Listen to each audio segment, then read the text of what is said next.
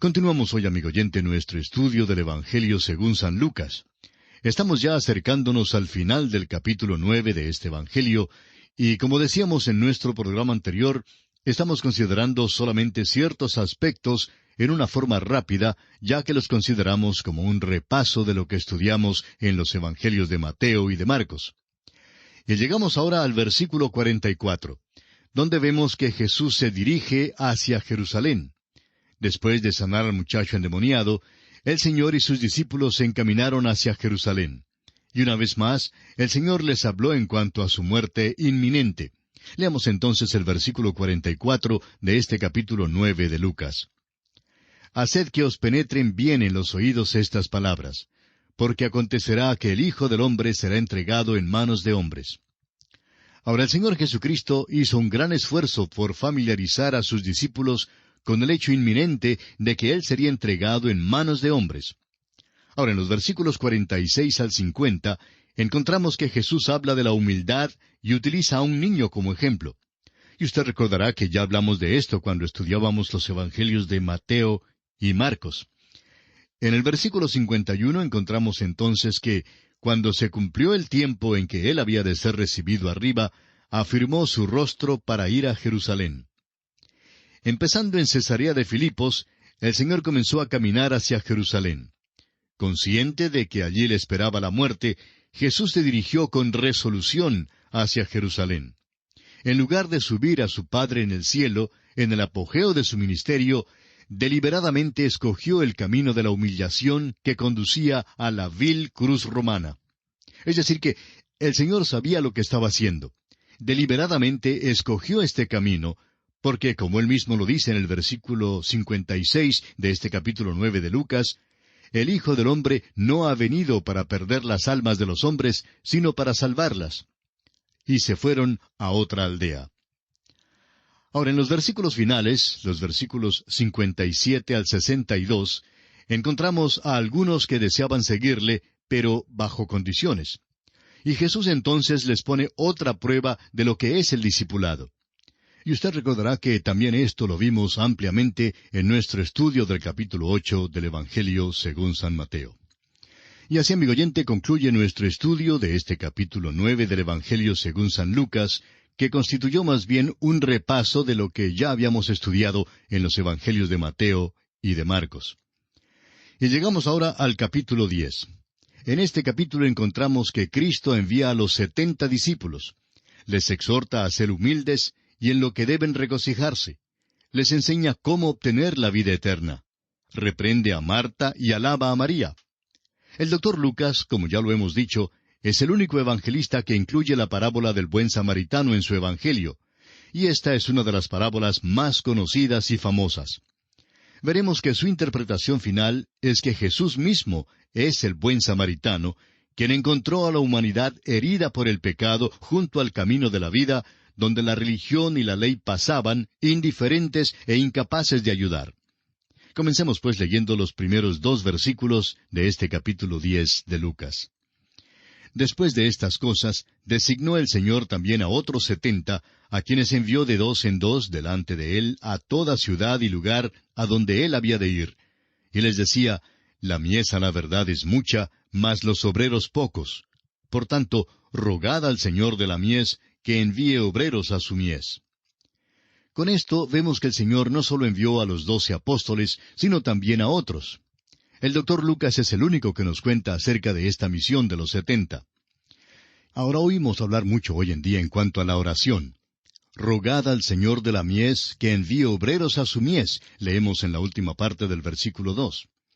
Nos dicen que el Señor miró los campos que estaban blancos para la siega y que nuestro trabajo, nuestra responsabilidad hoy en día es el de recoger la siega. Ahora preste mucha atención a lo que le vamos a decir porque puede ser que le parezca un poco extraño, pero no consideramos nuestra responsabilidad el segar. Nuestro trabajo, amigo oyente, nuestra responsabilidad es sembrar. Si usted ha sido agricultor, entonces se dará cuenta que hay una gran diferencia entre el sembrar la semilla y el segar después que la semilla haya madurado. Alguien dirá, el Señor dijo que la mies es mucha. Pero, amigo oyente, recordemos dónde estaba Jesús cuando hizo aquella declaración. Jesús estaba al otro lado de la cruz en aquel momento, y una edad estaba llegando a su término, a su fin. Y al fin de cada edad hay un juicio. La edad que termina en un juicio es una siega, y la edad misma es el tiempo designado para sembrar la semilla. Creemos que nosotros estamos sembrando la semilla hoy en día, y la Biblia dice que al fin de esta edad habrá una siega.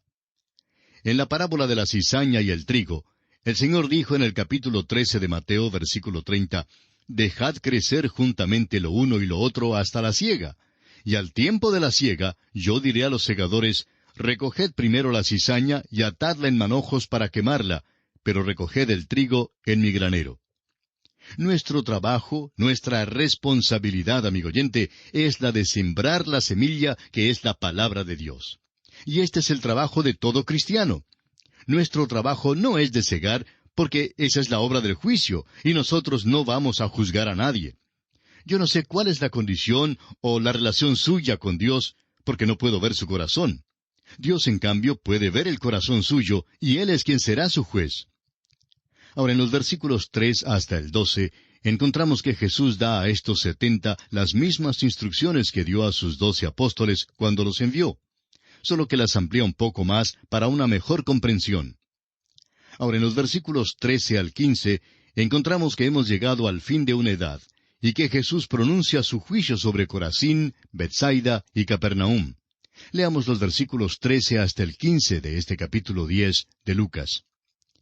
«Ay de ti, Corazín, ay de ti, Betsaida, que si en Tiro y en Sidón se hubieran hecho los milagros que se han hecho en vosotras, tiempo ha que sentadas en cilicio y ceniza se habrían arrepentido. Por tanto, en el juicio será más tolerable el castigo para Tiro y Sidón que para vosotras. Y tú, Capernaum, que hasta los cielos eres levantada, hasta el Hades serás abatida». Estos versículos indican que el fin de la edad se acerca. Este es el juicio del que el Señor ha hablado. El sembrar la semilla, amigo oyente, es proclamar la palabra de Dios, predicar el Evangelio y tratar de lograr que los hombres confíen en Jesucristo como su Salvador personal. Y el cegar, entonces, es el juicio. Esperamos que usted haya comprendido bien lo que hemos tratado de establecer. Dirijamos ahora nuestra atención a la parábola del buen samaritano. Hemos llegado a una de las cosas que caracterizan el Evangelio de San Lucas, las parábolas. Consideramos que la especialidad del Dr. Lucas era las parábolas, tal como Marcos se especializó en el relato de los milagros de Jesucristo. Veremos que el Dr. Lucas incluye en su Evangelio algunas parábolas que figuran entre los pasajes más conocidos de toda la Biblia. Por ejemplo, consideramos que esta parábola del buen samaritano debe figurar junto con pasajes tan conocidos como el Salmo del Pastor, o sea, el Salmo 23 del Antiguo Testamento, y las palabras consoladoras de Jesucristo que encontramos en el capítulo 14 del Evangelio según San Juan. La parábola del buen samaritano es por lo menos la historia bíblica más conocida, y creemos que será difícil encontrar a una persona que no haya escuchado por lo menos una vez esta historia. Por otra parte, hay muchos críticos literarios que la consideran la más grandiosa historia jamás contada. Por cierto, tenemos que admitir que entre todas las parábolas, esta es la más conocida y la más popular. Se trata de la historia de un hombre que cayó entre ladrones y de lo que ocurrió después. Comencemos, pues, nuestro estudio de esta parábola leyendo el versículo 25, que sirve como una introducción, ya que nos da el trasfondo de lo que surgió antes y la razón que tuvo el Señor Jesucristo para contar esta historia. Leamos el versículo 25 de este capítulo 10 de San Lucas. Y he aquí un intérprete de la ley se levantó y dijo, para probarle, «Maestro, ¿haciendo qué cosa heredaré la vida eterna?» Vemos aquí que el Señor Jesús contó esta parábola en respuesta a una pregunta que, como veremos, no era realmente honesta. Sin embargo, es una buena pregunta, es una pregunta muy común. Este intérprete de la ley ejercía un oficio muy similar al que ejerce un abogado en nuestros días, pero lo hacía en un sentido muy especializado. No ejercía la profesión de leyes en el sentido secular de la palabra. En otras palabras, no trabajaba con las leyes del Imperio Romano, sino que se dedicaba únicamente a la interpretación de la ley mosaica. Ahora, si usted considera cuidadosamente el Evangelio según San Marcos, se dará cuenta que Marcos habla bastante duro en cuanto a la profesión médica. Quizá usted recuerde, por ejemplo, que Marcos menciona que una mujer pobre había gastado todo lo que tenía para pagarle a los doctores, a los médicos. Lucas, en cambio, no cuenta ese incidente de la misma manera. Él simplemente dice que ella no pudo ser sanada. Pero aquí vemos que Lucas habla algo más bien fuerte, severo, en cuanto a la profesión de la abogacía, y menciona que este abogado vino ante Jesús y le formula una pregunta deshonesta. Y aquí quisiéramos referirles un incidente que creemos podría reflejar la actitud de Lucas hacia esta profesión. Se cuenta que una vez había dos abogados que estaban ante la corte considerando un caso muy difícil que involucraba muchas controversias. La sesión comenzó y uno de los abogados se puso en pie y gritando dijo que el otro abogado era un mentiroso. Por supuesto, el otro abogado también se puso de pie inmediatamente y gritó que su oponente era ladrón. El juez entonces golpeó la mesa con su mazo pidiendo silencio y dijo, «Ahora que los abogados se han identificado, podemos comenzar el proceso». Bueno, amigo oyente, sigamos adelante y leamos el versículo 26 de este capítulo 10 del Evangelio según San Lucas. Y a propósito, espero que todavía tenga usted su Biblia abierta, como lo indicamos al comienzo del programa, para poder continuar paso a paso con esta consideración.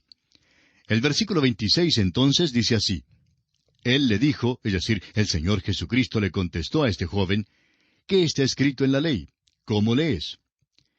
Notamos que el Señor tenía una manera realmente maravillosa de enfrentar las preguntas. Su costumbre era de contestar este tipo de preguntas formulando otra. En otras palabras, lo que le dijo fue, bueno, siendo que tú eres un abogado y conoces tanto la ley, ¿por qué no me dices lo que está escrito en la ley en cuanto a este asunto? Y veamos ahora la respuesta de este abogado que aparece aquí en el versículo 27 de Lucas capítulo 10. Aquel respondiendo dijo, Amarás al Señor tu Dios con todo tu corazón, y con toda tu alma, y con todas tus fuerzas, y con toda tu mente, y a tu prójimo como a ti mismo. La respuesta de este abogado era sincera y precisa. Demostró ampliamente que este abogado tenía un conocimiento muy profundo del sistema mosaico. Ahora sigamos y veamos la respuesta de nuestro Señor aquí en el versículo 28. Y le dijo, es decir, Jesús, Bien has respondido. Haz esto y vivirás. Ahora no sé si notó usted el anzuelo que Jesús incluyó en esta respuesta. Dice, haz esto y vivirás. El hecho es que, fuera del Señor Jesucristo mismo, no ha existido el primer ser humano que haya podido cumplir con este resumen de la ley conocido como el Gran Mandamiento. Vemos entonces que el joven no quiso admitir sus propias faltas y en cambio trata de hacerle un rodeo al tema y de autojustificarse. Leamos ahora el versículo 29 de Lucas 10. Pero él, queriendo justificarse a sí mismo, dijo a Jesús, ¿Y quién es mi prójimo? Hasta aquí el Señor Jesucristo ha empleado lo que se conoce como el método socrático, es decir, el método que usó Sócrates, el filósofo mártir de la antigua Grecia. El método consiste en responder a una pregunta con otra, permitir que el interrogador conteste sus propias preguntas. Aquí, pues, el abogado había tratado de interrogar al Señor Jesucristo como lo haría a un testigo en una sesión en el tribunal. Pero note usted lo que sucedió. Fue el Señor Jesucristo quien interrogó al abogado. Ahora no nos olvidemos que todo esto ocurrió al otro lado de la cruz, cuando la humanidad todavía estaba bajo la ley, cuando la humanidad estaba en lo que llamamos la dispensación de la ley. Jesucristo pues le hizo esta referencia a la ley mosaica. Aparentemente el abogado estaba procurando que Jesús le diese una respuesta contraria a la ley, y Jesucristo le hizo ver que esta ley que él había mencionado era precisamente la más importante. Esta ley que citó el joven abogado era una cita directa de lo que leemos en Deuteronomio capítulo 6, versículo 5, y voy a pedirle que usted lea conmigo este versículo. Deuteronomio capítulo 6, versículo 5, y dice así, Y amarás a Jehová tu Dios de todo tu corazón y de toda tu alma y con todas tus fuerzas. Y también en Levítico capítulo 19, versículo 18, donde leemos, No te vengarás ni guardarás rencor a los hijos de tu pueblo, sino amarás a tu prójimo como a ti mismo. Yo, Jehová. Notemos que el Señor le dijo a este joven, Bien has respondido, en el versículo 28. Y aquí quisiéramos decir que aunque esto ocurrió antes de la cruz, ciertamente ocurrió bajo su sombra. Y nos atrevemos a decir aquí, ante estos micrófonos, que si usted, amigo oyente, cumple este mandamiento, tendrá vida eterna. Claro que ya nos imaginamos que alguien esté diciendo, pero si usted ha estado diciendo que uno tiene que confiar en Jesucristo como Salvador para poder recibir la vida eterna. Y en verdad, esto es lo que predicamos.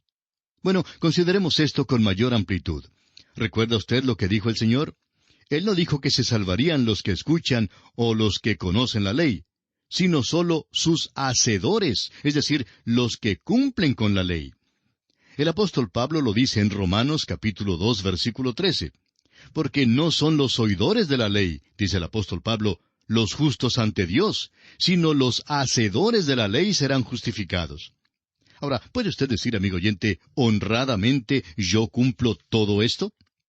Pero antes que usted procure responder esta pregunta, permítanos decirle algo para que no se encuentre en un dilema sin salida, o como lo dice el dicho, entre el sartén y la olla. Tenemos que recordarle que Dios contradice a toda persona que se crea capaz de cumplir la ley. ¿Sabe lo que Dios dice en cuanto a esto?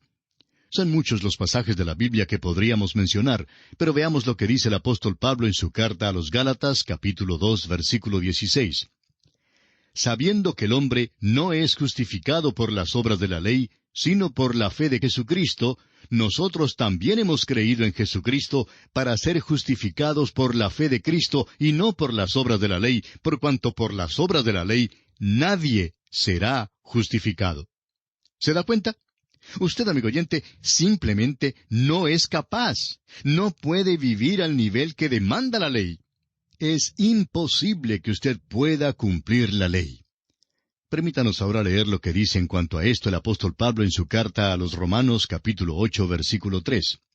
Y para mayor claridad vamos a leer este pasaje de la paráfrasis del Nuevo Testamento que ha aparecido en el idioma castellano bajo el título Lo más importante es el amor. Romanos capítulo 8, versículo 3 dice, El conocer los mandamientos de Dios no nos arranca de las garras del pecado, porque, fíjese bien, no podemos guardar la ley ni la guardamos. Pero Dios, para salvarnos, puso en vigor un plan diferente. Envió a su propio Hijo, con un cuerpo humano igual en todo al nuestro, salvo que no era pecador, y al entregarlo en sacrificio por nuestros pecados, destruyó el dominio del pecado sobre nosotros. En otras palabras, lo que era imposible para la ley, Dios lo ha cumplido, enviando a su Hijo para salvarnos del pecado. Pero no solo eso, sino que también nos ha enviado su Santo Espíritu para posibilitarnos, para capacitarnos, de manera que podamos vivir la vida cristiana. Es imposible que un ser humano, en sus propias fuerzas, pueda cumplir con todo lo que requiere la ley. Si este abogado que vino a Jesús hubiera sido honesto, sin duda habría admitido su imposibilidad de cumplir la ley. Bueno, amigo oyente, lamentablemente se nos acabó el tiempo, así es que tenemos que detenernos, pero continuaremos, Dios mediante, en nuestro próximo programa. Es nuestra oración que el Señor le bendiga en manera especial.